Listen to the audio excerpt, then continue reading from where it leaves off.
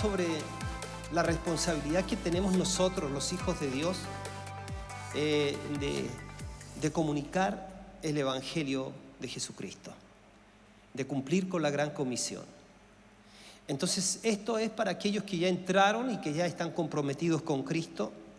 Pero si usted está acá y nunca entró y nunca se comprometió con Cristo, el Señor está enviándonos a nosotros para ganarle a usted para Cristo. Entonces vamos a leer algunos pasajes rápidamente porque quiero ganar tiempo. Mateo capítulo 4, verso 19, dice así, está hablando con sus discípulos Jesús y les dice, en realidad con la gente, pero está llamando a los que luego fueron sus discípulos, les dijo: vengan ustedes en pos de mí. Estoy hablando de Mateo 4, 19, si me puedes ayudar con los textos. Les dijo: venid en pos de mí. Y mira lo que dice: yo les voy a provocar una transformación a ustedes. Está llamando a los que estaban yendo a pescar. Entonces les dice: ya, muchachos, ustedes no han pescado nada, han perdido como el tiempo, ustedes ya han llegado a la convicción de que esta tarea temporal no satisface tanto sus vidas. Vengan ustedes en pos de mí. Yo voy a hacer de ustedes pescadores, pero pescadores de hombres. Wow. Hay otro pasaje que me llamó mucho la atención hoy en la mañana, Proverbios 24:11. Proverbios 24:11 dice, es un llamado, habla de la urgencia de que nosotros, movidos por una verdadera compasión, cámbielo por favor, Proverbios 24:11. Proverbios habla aquí del texto que a continuación ahí habla de la urgencia de que nosotros, los hijos de Dios, la iglesia de Jesucristo, movidos por una verdadera compasión, hagamos no algo mediano para los demás, hagamos algo vital para los demás. Dice: libra a los que son llevados a la muerte, salva a los que están en peligro de muerte. Y hay un texto que no se los voy a pedir que lo busquen, pero si lo puedes poner ahí, te voy a agradecer, que es Abdías. Ustedes no tratan de encontrarlo en su Biblia porque es muy difícil.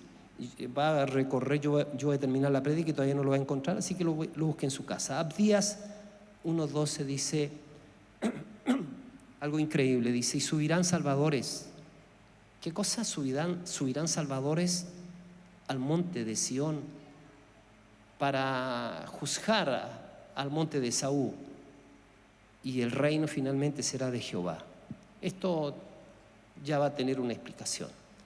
Me llamó mucho la atención el término que usó, salvadores, pero Proverbios también dice: libra a los que son llevados a la muerte, salva a los que están en peligro de muerte. Vamos a orar, ¿ya? Padre precioso, sobre nosotros venga tu palabra transformadora. Nosotros queremos de verdad escucharte, precioso Espíritu Santo, y no tenemos confianza en nuestra humanidad, pero sí en toda tu gracia y tu amor. Gracias porque nos tienes acá y vamos a ser expuestos a tu verdad que nos va a transformar con amor. En el nombre glorioso de Jesús. Amén y amén. Me quedo con lo último de Abdías. Fíjense que el profeta Abdías profetiza sobre la llegada de salvadores. Obviamente quien está hablando, en ningún momento queremos decir con este término que suplantamos y el entendimiento de que hay un solo Salvador, que es Jesucristo. Hay un solo mediador entre Dios y los hombres, y ese es Jesucristo. Entonces, ¿de quién estará hablando? Nosotros sabemos que el único Salvador es Jesucristo. Jesucristo es el Salvador del mundo. Todos seguramente amamos lo que dice Lucas 2:11, ¿cierto? Cuando habla, nos cuenta que ha nacido un Salvador en la ciudad de David, texto que se usa mucho en esta temporada. Dice: os ha nacido hoy en la ciudad de David un Salvador, que es Cristo el Señor.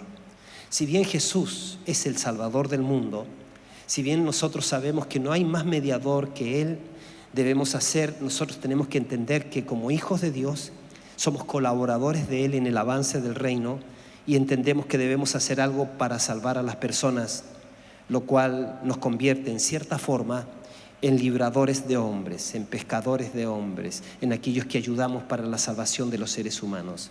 Así que, ¿qué deberíamos de hacer para que las personas se salven? Esa es la gran pregunta. Y la respuesta es que obviamente debemos predicar el Evangelio y compartir el amor de Jesús por todas partes. El tema es el siguiente, que nosotros tendemos a ver, siempre como que perdemos el balance. Nos hacemos personas que queremos los beneficios de la salvación, que queremos todo lo que la gracia nos brinda, pero nosotros no queremos a veces asumir responsabilidades ni compromisos. Y usted se va a dar cuenta que el Evangelio llegó a todo el mundo por personas que nunca simplemente entendieron que la gracia era la bendición de Dios para sus vidas, pero ellos también entendieron que cumplir propósito era muy importante, que en el corazón de Dios están los perdidos. Mucha gente sabe, nosotros sabemos que Jesús entregó su vida por nosotros.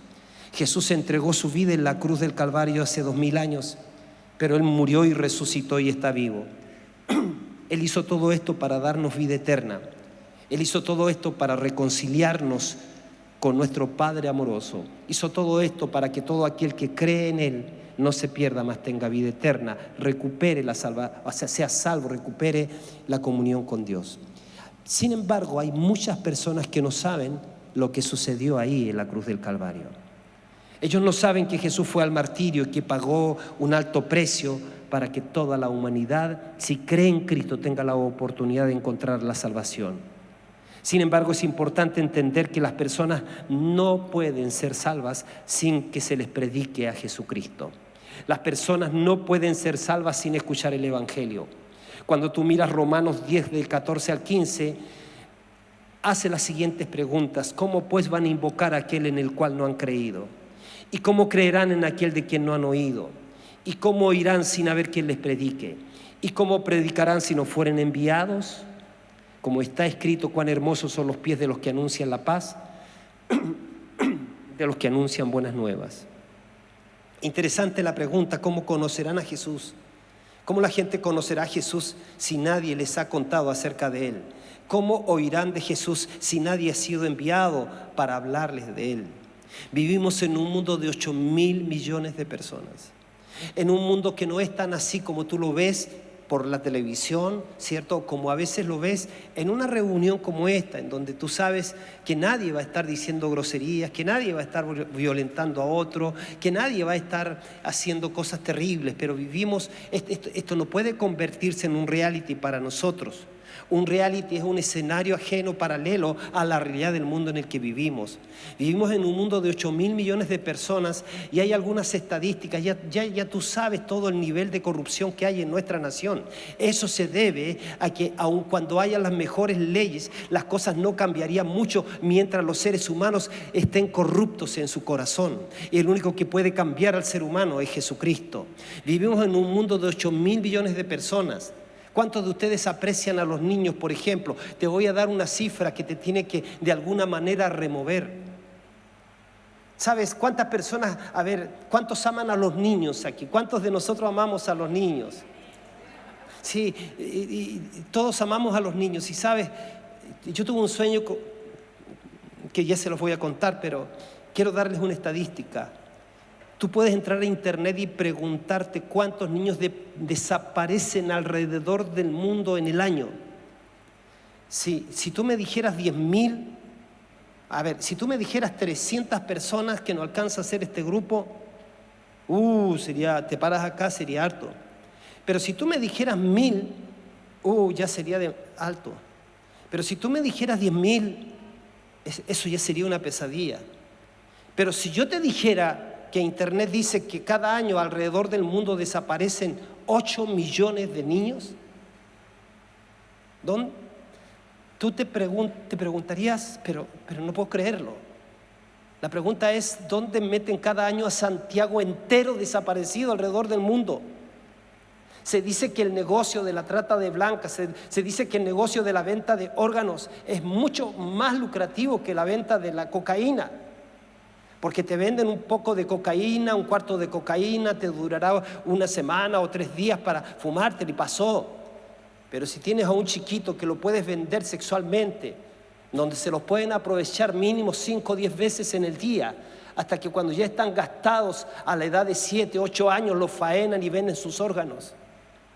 No estoy exagerando, métete a internet y hazte la pregunta que yo me digo: ¿dónde diablos van a meter 8 millones de personas cada año que se pierden en el mundo? ¿Dónde están?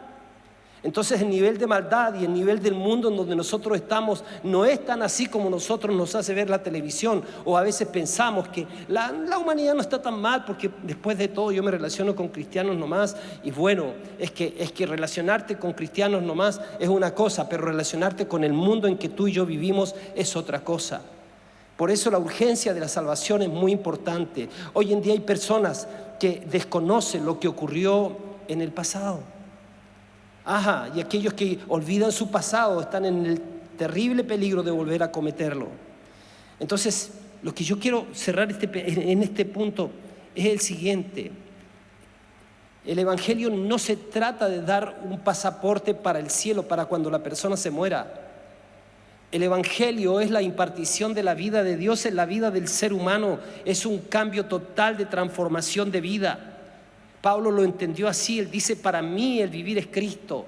Cristo es nuestra vida. La esperanza de gloria para el mundo es Cristo en nosotros, la esperanza de gloria. Es que el Señor no viene a darte una vida para que coexista con la otra vida tuya. No es Adán y Cristo viviendo juntos. Pablo lo entendió y dijo: voy rumbo a mi total transformación, pero de entrada les digo, el día en que nací de nuevo ya no vivo yo, Cristo vive en mí.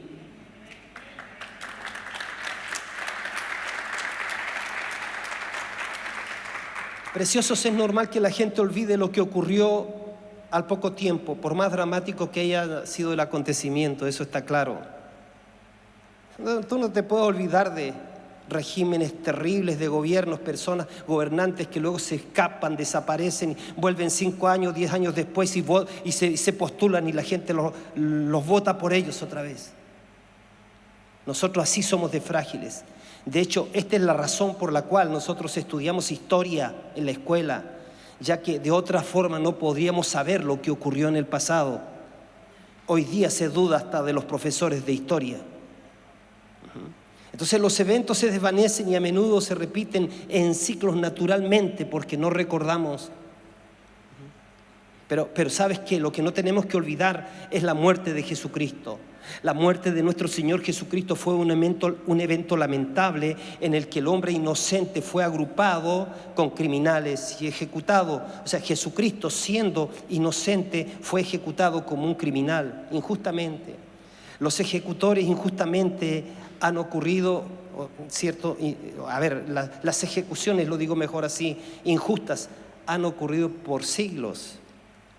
La iniquidad, la traición, la crueldad, la necedad religiosa exhibida en la cruz no fueron poco comunes en la historia de la humanidad.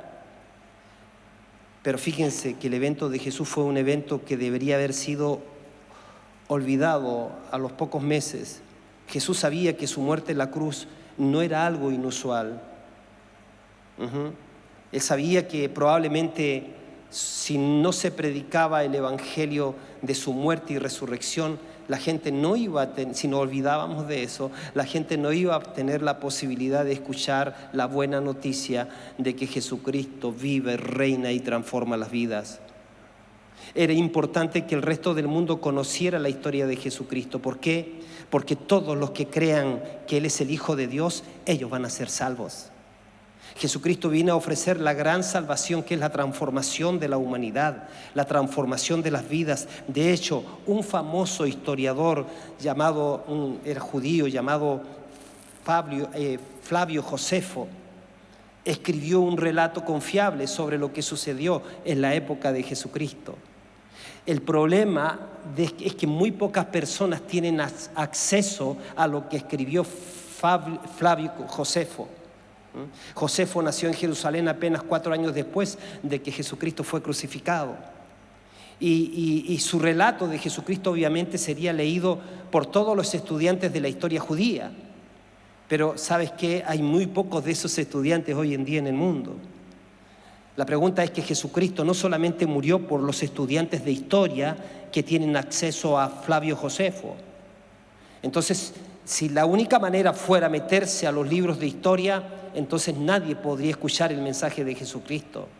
La gente común no estudia historia, pero esa gente común también tiene la oportunidad de escuchar de Jesucristo si es que la iglesia del Dios viviente, gente como tú y como yo, somos capaces de hablarle a la gente con amor, de mostrarles nuestras vidas y decirles que Dios les ama con amor entrañable, decirles que Dios nos ha mandado a un Salvador y que ese Salvador se llama Jesucristo y que pueden venir confiadamente en Él. Él dijo: vengan a mí los que están cansados y cargados, yo les voy a hacer descansar. Cada uno de nosotros somos una carta viviente para decir: Cristo vive y transforma las vidas. Bendito sea su nombre. Ahora, precioso, si no hubiera predicación, solo unos pocos estudiantes de historia escucharían acerca de Jesucristo. Pero el poder de Dios está al alcance de las personas que oyen y creen el Evangelio, porque hay hijos de Dios que predican. La salvación, dice la Biblia, es por fe. Y que la fe es por el oír, pero el oír la palabra de Dios, para que el mundo se beneficie de este gran evento en el que Jesucristo murió en la cruz y derramó su sangre como el Cordero de Dios. La gente tiene que oír el mensaje, para que las personas puedan entender que hay salvación para ellos. Porque no solamente el escenario tenemos que verlo con gente endurecida, hay mucha gente que está sufriendo. Hay mucha gente que necesita que nosotros seamos voz para el mudo, seamos ojos para el ciego, seamos oídos para el sordo.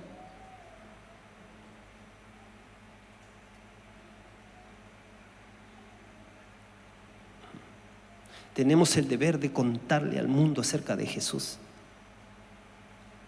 ¿Sabes qué? El sueño. Años atrás tuve el siguiente sueño. Yo me estaba bañando con uno de mis hijos en una piscina. Y de repente, yo mientras estoy en una parte y uno de mis hijos está en otra, en la piscina, me doy cuenta que se zafó el tapón de la piscina. Y empieza a irse el agua, y se va el agua, y yo veo, y mi hijo es absorbido por el tubo. Y es tanta mi desesperación que yo pienso: ¿dónde va a ir a dar? Y entonces supongo y digo: yo sé dónde va a ir a dar al mar. Y sabe, yo salgo y corro. Pueden imaginarse el sueño. Yo corriendo, pensando en todas las variantes, el tiempo, todo.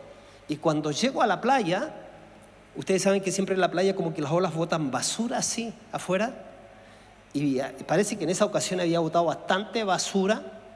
Y voy corriendo y a lo lejos veo a mi chiquitito que está caminando en medio de unos tomates, en medio de unas basuras ahí. Y me sucedió eso. Así. Llegué. Y yo estoy pensando, seguramente Dios quería comunicarme el hecho de que nosotros pudiésemos tomar conciencia no solamente de lo que nosotros somos en Él y de tan bueno que Él es, sino del estado en que están las personas que no conocen a Jesús. Jesús, cuando habla con sus discípulos, les da la gran comisión antes de partir. Él había sido crucificado, había resucitado, se le presentó a los discípulos, sabía que ahora iba a ser glorificado. Y Él da la gran comisión a sus discípulos, y esto nos ha de hacer pensar en la importancia de las últimas palabras. Ahora que venía de mi casa acá, me puse a escuchar las últimas palabras de mi amigo Mauricio Soria Galvarro. Él dio las últimas palabras. Él estaba en su cuarto antes de ser llevado al hospital y lo entubaron y murió. Y sus últimas palabras fueron de exhortación para que nosotros seamos fieles al Señor. Sus últimas palabras fueron: no importa la circunstancia que tú estés viviendo, está diciendo mi amigo Mauricio, pero lo que tú tienes que saber es que a pesar de cualquier cosa, Él es bueno. Él dice que el que está en Cristo, para el que está en Cristo, el morir, dijo Él, es ganancia. wow. Pero Él dijo, nunca se aparten de Él, ámenlo siempre, sírvalo con todo el corazón. Las últimas palabras son muy importantes. No sorprende que en sus últimas palabras Jesús nos haya dado la clara comisión de ir por el mundo para contarle a la gente acerca de Él. Lo más importante. En varios relatos se les pide a los discípulos que vayan por todo el mundo y prediquen el arrepentimiento y el perdón de los pecados a través de Jesucristo. Este último mandato de Jesucristo es la base de este mensaje. El mandato del Señor, y le han llamado la gran comisión ahí en Mateo capítulo 28, por favor, si lo puedes poner, del 19 adelante. Pero los 11 discípulos se fueron a Galilea, al monte donde Jesús se había mostrado, por tanto, donde Jesús les había ordenado. Sigue, por favor. Y cuando le vieron, le adoraron, pero algunos dudaban. Aquí ya Jesús había resucitado. Y mira lo que dice, y les habló, le dice, toda potestad, toda la autoridad ya me es dada en el cielo y en la tierra. Tengo toda la autoridad sobre los demonios, sobre todo. Ahora vayan, hagan discípulos a todas las naciones. Vayan, hagan discípulos a todas las naciones, vayan y bautícelo en el nombre del Padre, del Hijo, del Espíritu Santo. Esto no está hablando del rito ni de evangélico ni católico de la agüita que se le echa a la guagüita. Está diciendo, la palabra bautismo significa inmersión.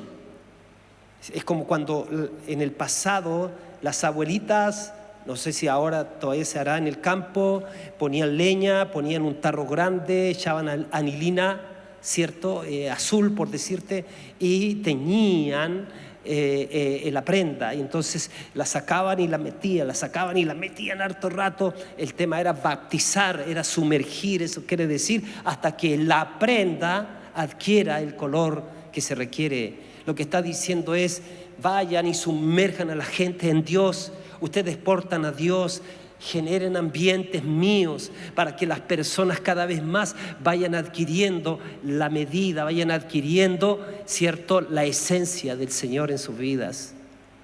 Vayan, prediquen el Evangelio a toda criatura. En varios relatos se les pide a los discípulos que vayan por el mundo, que prediquen del arrepentimiento y del perdón de los pecados a través de Jesucristo. Escúchenme, ¿por qué en la prédica se incluye el arrepentimiento? Porque si no hay arrepentimiento, no hay salvación. O sea, ¿cómo se te ocurre que tú puedes pretender ser un seguidor de Cristo y no dejar tu vida de pecado? No hay salvación. Vayan, prediquen, es urgente. Háganle saber a los seres humanos que yo tengo la respuesta del perdón de los pecados. Yo tengo la respuesta de darles una nueva vida, la vida que ellos no pueden inventar. Yo se las doy, pero entréguense, depónganse de la manera de vivir antigua, entréguense totalmente a mí. Ese es el mensaje. Prediquen el arrepentimiento, prediquen el perdón de los pecados. Y este último mandato de Jesucristo es la base, entonces, algunos lo llaman la gran comisión. Quizás se le llame así porque es el último mandato de Jesucristo a sus discípulos. Las últimas palabras son especiales y grandiosas. Las últimas palabras acarrean el peso de ser las más importantes en la vida de un ser humano. Y dado que las últimas palabras son lo último que dirá una persona, es probable que sean las cosas demasiado importantes y cruciales que esa persona pronunciará jamás. Si tú tuvieses y supieses que te queda poco tiempo y tendrías que partir y tendrías que dar tus últimas palabras, la pregunta es, ¿cuáles crees tú que serían las últimas palabras que tú darías? Cuenta un obispo de una mega iglesia de África que uno de sus pastores estaba agonizando en el hospital con una enfermedad terminal. El pastor sabía que le quedaban pocos días para partir, así que llamó a sus hijos y le pidió que grabaran sus últimas palabras. Cuando murió, entonces su familia fue a buscar su cuerpo, lo llevaron a una morgue en algún lugar de la ciudad, planificaron todo para enterrarlo en el mausoleo privado de la familia, pero uno de sus hijos se acercó a la familia, compuesta principalmente, dice la historia, por tíos y tías, y les informó que había grabado las últimas palabras de su padre. Cuando los familiares escucharon las últimas palabras del hombre, cambiaron casi todos los planes que tenían en mente. ¿Por qué? Las últimas palabras de este varón decían lo siguiente: cuando muera mi cuerpo debe ser entregado a mi obispo. Es un asunto cultural, estoy hablando del África. Lo que él y los demás obispos o pastores decidan sobre mi cuerpo o sobre mi funeral debe aceptarse de forma definitiva. Fíjese, los obispos decidirán dónde y cómo seré yo enterrado. Y la familia, que era fiel a sus tradiciones sobre los funerales, entregó rápidamente su cuerpo a la iglesia y le pidió al obispo que decidiera todo sobre el funeral. Independiente del asunto cultural, lo que quiero resaltar es que lo importante que son las últimas palabras de una persona. Fueron notablemente respetuosos y sumisos a las últimas palabras de su padre. Entonces las últimas palabras a veces pueden ser aterradoras en algunos casos. La gente tiene miedo de las últimas palabras de una persona. Tal vez sientan que algún poder místico y temen que se desate y temen que le ocurra algún mal a cualquiera que fuere en contra de las últimas palabras de esa persona. Pero mis queridos, voy rápido en esto, el riesgo de ignorar las últimas palabras, de hecho, el gran mal ha caído sobre la iglesia por ignorar las últimas palabras de Jesucristo. O sea, hay un riesgo de ignorar las últimas palabras de alguien importante. Y sabes que cuando tú miras la iglesia alrededor del mundo, te vas a dar cuenta que claro que ha caído un gran mal sobre la iglesia. ¿Por qué? Por ignorar las últimas palabras de Jesucristo. Debido a que nosotros hemos ignorado sus instrucciones de ir por el mundo, entonces las plagas del pecado, la pobreza, la deuda, la inmoralidad sexual y otras perversiones han caído sobre el mundo, pero también sobre la iglesia. En muchos lugares la iglesia es una sombra de lo que debería de ser, y gran parte de esta es impotente y está indefensa contra el poder demoníaco. O sea, nosotros pensamos que cristianismo es venir acá, pero que no se me aparezca entre semana un endemoniado, porque seguramente sacarle el demonio a ese requerirá 2 o 3 o 4 horas, no estoy dispuesto para eso. La iglesia es un gran conjunto de pequeños niños espirituales que corren en círculos y disfrutan del juego de la iglesia. Y ese es el error que podríamos estar cometiendo. Debido a que la iglesia ha ignorado las últimas palabras de Jesús, se ha convertido en un grupo sin poder, ineficaz. Entonces todo es como un juego. Vengo cuando quiero, llego a la hora que quiero, voy o no voy al grupo de conexión, lo abro cuando quiero y lo cierro cuando se me da la real gana. Nosotros, los embajadores de Jesucristo, nosotros. Por eso alguien dijo se está diciendo por todos lados, mucho el segmento de la iglesia es pero requete fiel al sistema, pero no a Dios. Porque al sistema tú no llegas a la hora que se te da la gana. A trabajar tú no llegas a la hora que se te da la gana.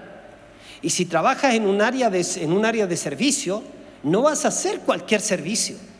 Más aún si tú sabes que tu servicio va a ser evaluado y va a ser remunerado, entonces obviamente la motivación seguramente de los recursos te hará que postules a ser una persona excelente. Pero como en la iglesia todo es voluntariado, como todo es que como hasta se confunde y ni siquiera se mira que se hace para Dios, no, es para ayudar al pastor. Entonces claro que sí, entonces todo el liderazgo, los pastores y todos tienen que adaptarse entonces ¿a qué? A la agenda de todo el mundo. No, o sea que hay que entender, viste que ahora seguramente tendrá un toque, viste que a todo hay que entenderlo ahora. No, es que tiene el toque acá, que tiene el toque allá y que un mundo definitivamente que te arrebata de lo que significa ser fieles al Señor. Debido a que la iglesia ha ignorado las últimas palabras de Jesús, se ha convertido en un grupo sin poder e ineficaz. No estoy diciendo en un grupo que no asista a cosas que sean populares como festivales, como shows y cosas así, que de eso polulan, de eso fácilmente llena a 1 millón de personas en alguna parte. No estoy hablando de eso. Estoy hablando de los que tendrían que estar dispuestos a cruzar la frontera de su país para predicar en otro. No estoy hablando de ir a Miami. Sin embargo, mis preciosos, es necesario escuchar esta palabra que estoy dando. Las últimas palabras son muy importantes. Las últimas palabras no solo asustan, sino que también son muy, muy importantes. Entonces, si tú tuvieras la oportunidad de compartirles tus últimas palabras a un amigo, yo digo, hablaría sobre el jabón con el que te bañaste, hablaría sobre, no sé, pues sobre las últimas zapatillas que te compraste, o dirías algo profundo y significativo y poderoso. ¿No deberías de decir algo que se debiera recordar por el resto de su vida? ¿Pasarías tu tiempo hablando de los diferentes tipos de jabón que se podría usar en la bañera? Obviamente que no. Tenemos que ser serios, pues, hermanos. Hay un documental de un avión que estaba a punto de estrellarse. El avión tenía un problema en la cola y eso lo hacía ascender y descender con ímpetu hasta que finalmente se estrelló contra la ladera de una montaña después de 1 hora aproximadamente. Y la historia, el documental dice que hubo uno o dos sobrevivientes. Algunos quizás sepan de ese accidente. Y fíjense que todos los que estaban a bordo sabían cuál iba a ser su destino, debido a que el avión zigzagueaba, iba arriba, abajo, subiendo, bajando por 1 hora. Ellos sabían que era solo cuestión de tiempo para que se estrellara. Y cuando el equipo de búsqueda y rescate llegó al lugar, encontraron, por supuesto, muchos muertos. Sorprendentemente, muchos de los pasajeros habían escrito cartas de despedidas para sus seres queridos. Así que, claro, mientras el avión zigzagueaba en el cielo, muchos escribieron sus últimas palabras para sus familiares. Y algunas de estas cartas fueron encontradas en los bolsillos de los pasajeros. No deja de ser una historia triste. Es como que uno siempre se tendría que preguntar qué les habrán escrito a sus seres queridos. Entonces la pregunta es, ¿crees que fue algo importante lo que escribieron? ¿Crees que escribieron sobre la comida que había que darle al gato? ¿Cree usted que escribieron como ahora?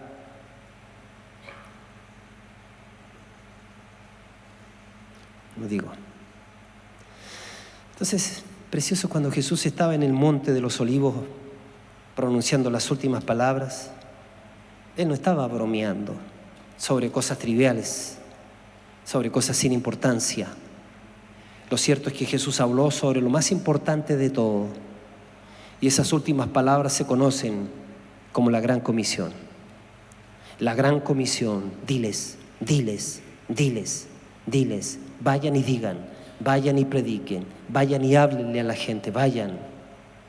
La Gran Comisión también podría llamarse la Última Comisión. Más de alguna vez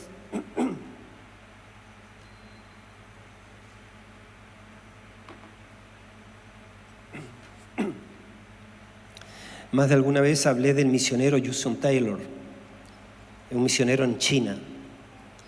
Él hizo popular el término la Gran Comisión. Ciertamente la Gran Comisión o la Última Comisión de Jesús se destaca de todo lo demás que dijo Jesús porque fue la Última Comisión. Sorprendentemente, usted y yo veremos que las últimas palabras en muchos de los libros del Nuevo Testamento contienen, escuche lo que voy a decir, una variación de estas últimas palabras de la Gran Comisión. Increíble. Yo estuve mirando, wow. Y esta última gran comisión es importante porque deja en claro que los cristianos tenemos una obligación con respecto a los pecadores de nuestro mundo, a los perdidos de nuestro mundo, a la gente que no sabe que están perdidos, que no saben. Ellos dicen, no, sí que yo tengo mi religión. No saben que Cristo no es religión, que Cristo es Dios con nosotros, que Cristo no es un líder más como los tantos líderes y profetas que vinieron en la tierra. No, es Dios con nosotros, el Emanuel. Él dice, yo he venido para que ustedes tengan vida. Él dijo, yo soy el camino, yo soy la verdad, yo soy la vida. Entonces, el Evangelio, la buena noticia, no es un mensaje, es una vida, es Cristo. es Cristo. Es que tu vida tiene un deterioro y la mía sin Dios un deterioro continuo. El hombre natural no percibe las cosas que son del Espíritu de Dios porque para él son locuras y no las puede entender. Pablo fue un hombre natural, tú y yo fuimos un hombre natural, pero después que nacimos de nuevo pasamos a ser hombres espirituales, incluía mujeres.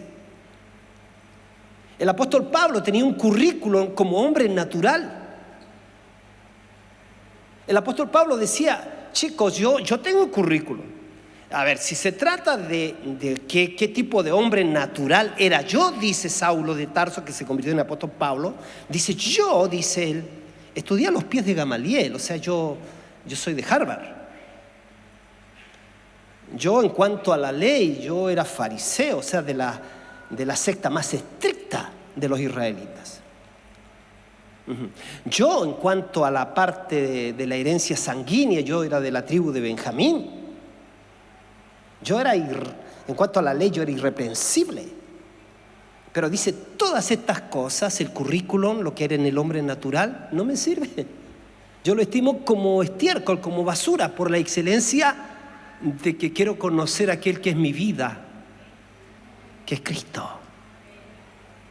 Entonces entienda, la salvación no es, no, si yo creo que soy salvo porque no fumo, no tomo, no bailo apretado ni bateo al perro. No, es que la salvación no es eso. Cuando Guillermo Castillo, yo que estaba atrapado 4 años en la droga, totalmente dañado, me había escapado de mi casa, lleno de rabia, lleno de confusión, lleno de lujuria, lleno de demonios seguramente. Cuando yo estaba así, yo estaba muerto en mis delitos y pecados. Entonces cuando yo nací de nuevo, lo que sucedió no es que creí un mensaje, es que vino una vida, es que vino el Señor dentro de mí y me vivificó, es que Él se metió dentro de mí y Él empezó a cambiarme y a transformarme y sigue haciéndolo ahora. Por eso a Él sea la gloria y la honra siempre y la alabanza.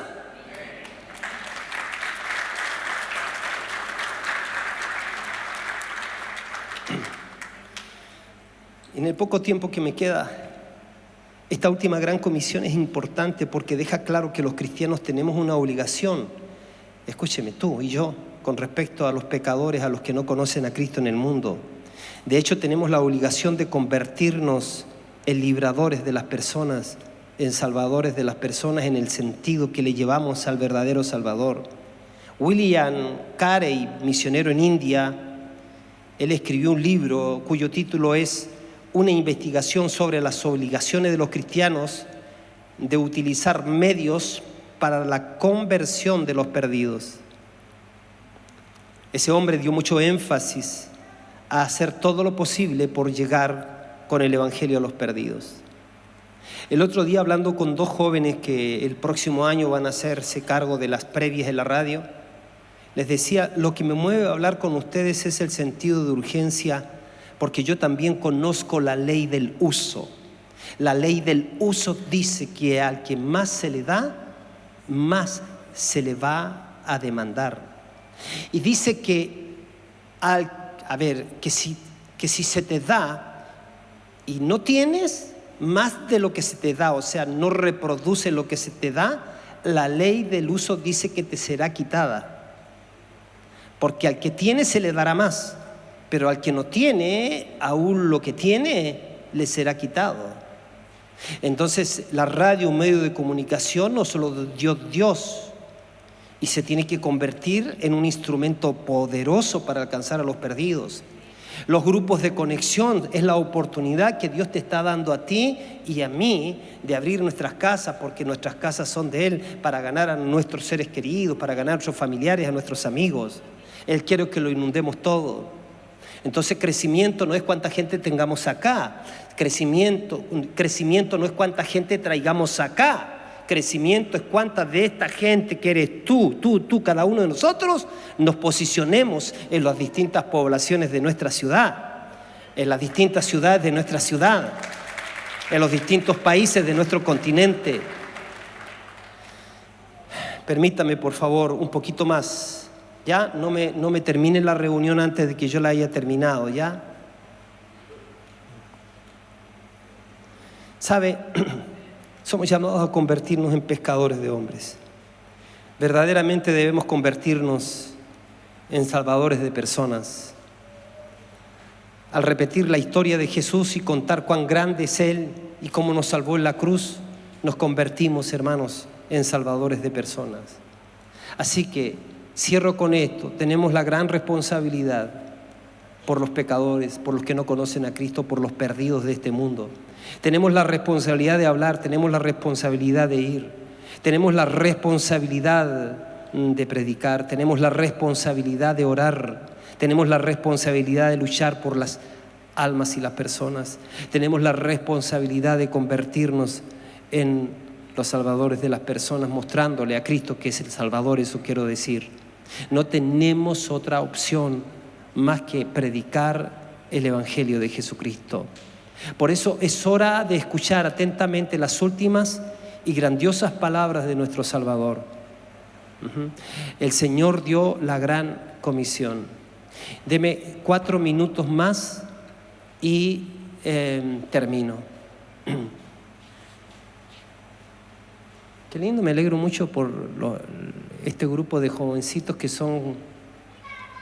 ¿Qué nivel sería ellos? ¿Qué me dice el nivel? Preadolescente. Miren los que van para allá, mírenlos por favor. 1, 2, 3, 4, 5.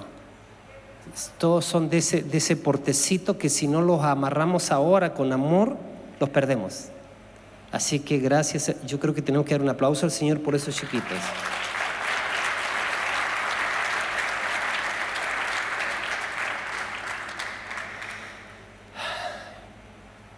Deme 4 minutos, se lo prometo.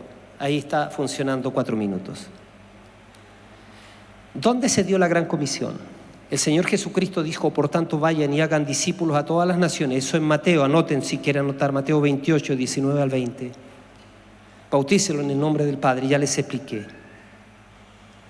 Es increíble que la gran comisión se repitió en varias formas y en diferentes lugares, en varios momentos y lugares de las últimas palabras de Jesús. Y fueron similares. No es solamente ahí Mateo 28. Pon atención a la repetición de las últimas palabras de Jesús. Por ejemplo, ahí te puedes encontrar tú en Mateo 28, ya lo leí, pero también puedes encontrar tú en Marcos 16, del 14 al 18. Fíjate, finalmente se apareció a los 11 mismos, estando ellos sentados a la mesa. Y les reprochó su incredulidad y dureza de corazón porque no habían creído a los que le habían visto resucitado. Y les dijo, id por todo el mundo, prediquen el Evangelio a toda criatura. El que creyere y fuere bautizado será salvo, mas el que no creyere será condenado. Y estas señales seguirán a nosotros, los que creemos. Nos seguirán las señales. En mi nombre ustedes van a echar fuera demonios. Ustedes van a hablar las lenguas del Espíritu, nuevas lenguas. Ustedes van a tomar en las manos serpientes. Y si bebieren cosas mortíferas no les hará daño. Sobre los enfermos pondrán sus manos y sanarán. ¡Wow! Si usted mira en Lucas, también encuentra lo mismo. Lucas 24, 33. Dice, y levantándose en la misma hora volvieron a Jerusalén y hallaron a los 11 reunidos. Y los que estaban con ellos que decían, ha resucitado el Señor verdaderamente y ha aparecido a Simón. Entonces ellos contaban las cosas que les habían acontecido en el camino y cómo le habían reconocido al partir el pan. Mientras ellos aún hablaban de estas cosas, Jesús se puso en medio de ellos y les dijo, paz a ustedes. Entonces espantados y atemorizados pensaban que veían un espíritu. Pero Él les dijo, ¿por qué estáis turbados? ¿Y vienen a vuestro corazón estos pensamientos? Miren mis manos y mis pies, que yo mismo soy. Palpad y ved, porque un espíritu no tiene carne ni hueso como veis que yo tengo. Y diciendo esto le mostró las manos y los pies. Y como todavía ellos de gozo no lo creían, y también maravillados les dijo, ¿tenéis algo de comer? Entonces dice que le dieron parte de un pez asado y un panal de miel. Y él lo tomó y comió delante de ellos. Y les dijo, estas son las palabras que os hablé, estando aún con vosotros, que era necesario que se cumpliese todo lo que está escrito de mí en la ley de Moisés y en los profetas y en los salmos. Entonces les abrió el entendimiento para que comprendiesen las escrituras. Y les dijo, así está escrito, y así fue necesario que el Cristo padeciese y resucitase de los muertos al tercer día, y que se predicase en su nombre el arrepentimiento de pecados en todas las naciones, comenzando desde Jerusalén. ¿Te das cuenta? Esto está por todos lados. No tengo más tiempo, voy a poner aquí algo que tengo que escribir, decir hasta aquí, ya, aquí, sí. Continuará. Como ven mis preciosos, si yo les pregunto, cuando usted salga de acá le van a preguntar, ¿de qué habló el pastor? Usted está clarito, clarito, clarito. Usted no va a decir, no sé. No. Usted tiene que salir de acá mirando el cartel de afuerita, ahí en la salida, mirándolo. Dice, a continuación, a salir de acá, usted está enfrentando, ¿qué cosa? Su campo misionero. ¿Ya?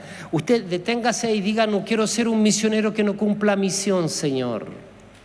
Hágase así, guatita llena, corazón contento, voy a predicarle a la gente y a muchos que están sedientos. Una cosa así, ¿no? Salió como un poema, pero... ¿ves? Así que mi precioso, pónganse en pie, por favor.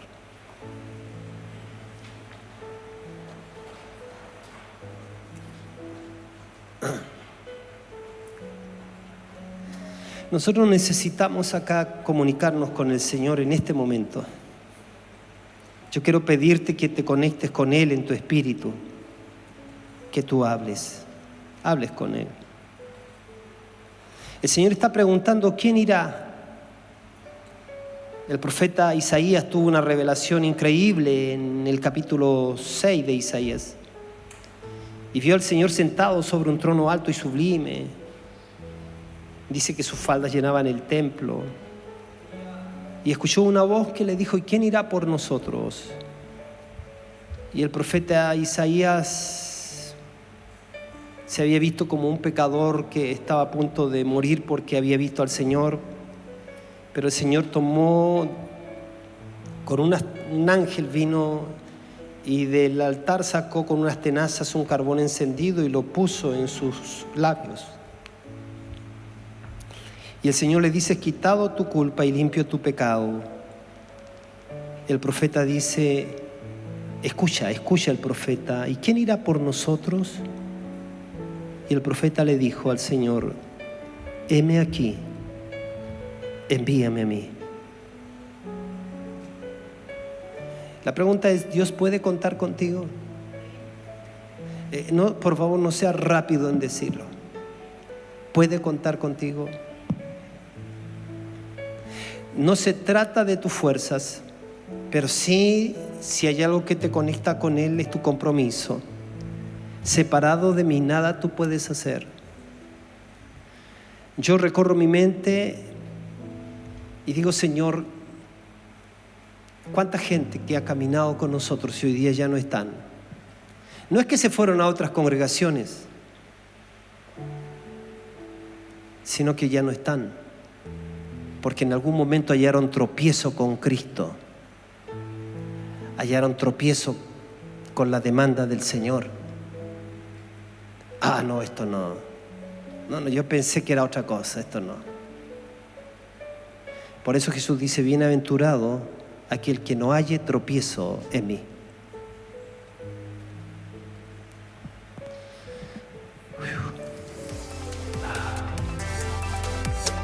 Levante su mano, por favor.